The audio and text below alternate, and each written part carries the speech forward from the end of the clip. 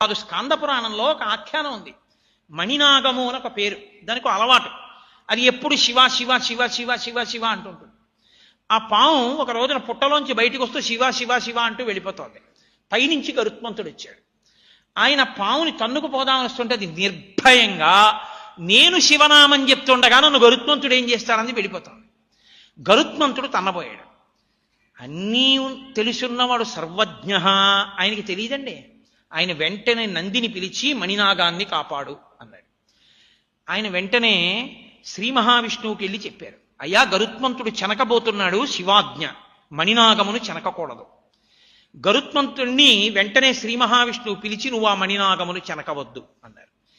తినబోతున్న ఆహారాన్ని వద్దు అని ఎవరు నిర్బంధించకూడదు, కాబట్టి నేను తింటాను అని గరుత్మంతుడు మణినాగం మీదకి వెళ్ళాడు. శ్రీ మహావిష్ణువు గరుత్మంతుడిలో ఉన్న శక్తిని ఉపసంహారం చేశారు.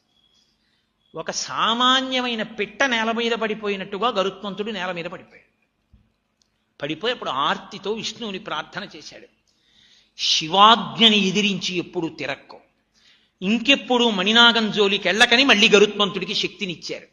ఆ మణినాగము వాసుకి రెండిటిని పైకెత్తి తనని ఆశ్రయించాయి కాబట్టి పరమ ప్రేమతో తన మీద వేసుకుని ఆభరణాలుగా స్వీకరించారు. కాబట్టి ఆయన నాగాభరణుడు. కాదు. స్కాంద పురాణంలో ఒక ఆఖ్యానం ఉంది. మణినాగము అని ఒక పేరు, దానికి అలవాటు. అది ఎప్పుడు శివ శివ శివ శివ శివ శివ అంటుంటుంది.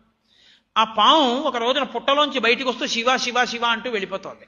పైనుంచి గరుత్మంతుడు వచ్చాడు. ఆయన పాముని తన్నుకు పోదామని వస్తుంటే అది నిర్భయంగా నేను శివనామం చెప్తుండగా నన్ను గరుత్మంతుడు ఏం చేస్తాడని వెళ్ళిపోతాడు. గరుత్మంతుడు తన్నబోయాడు. అన్నీ తెలుసున్నవాడు సర్వజ్ఞ, ఆయనకి తెలియదండి. ఆయన వెంటనే నందిని పిలిచి మణినాగాన్ని కాపాడు అన్నాడు. ఆయన వెంటనే శ్రీ మహావిష్ణువుకి వెళ్ళి చెప్పారు, అయ్యా గరుత్మంతుడు చెనకబోతున్నాడు, శివాజ్ఞ, మణినాగమును చెనకకూడదు. గరుత్మంతుణ్ణి వెంటనే శ్రీ మహావిష్ణువు పిలిచి నువ్వు ఆ మణినాగమును చెనకవద్దు అన్నారు. తినబోతున్న ఆహారాన్ని వద్దు అని ఎవరు నిర్బంధించకూడదు, కాబట్టి నేను తింటాను అని గరుత్మంతుడు మణినాగం మీదకి వెళ్ళాడు. శ్రీ మహావిష్ణువు గరుత్మంతుడిలో ఉన్న శక్తిని ఉపసంహారం చేశారు. ఒక సామాన్యమైన పిట్ట నేల మీద పడిపోయినట్టుగా గరుత్మంతుడు నేల మీద పడిపోయాడు.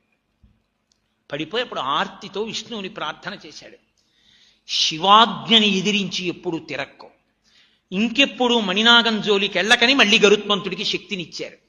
ఆ మణినాగము వాసుకి రెండిటిని పైకెత్తి తనని ఆశ్రయించాయి కాబట్టి పరమ ప్రేమతో తన మీద వేసుకుని ఆభరణాలుగా స్వీకరించారు.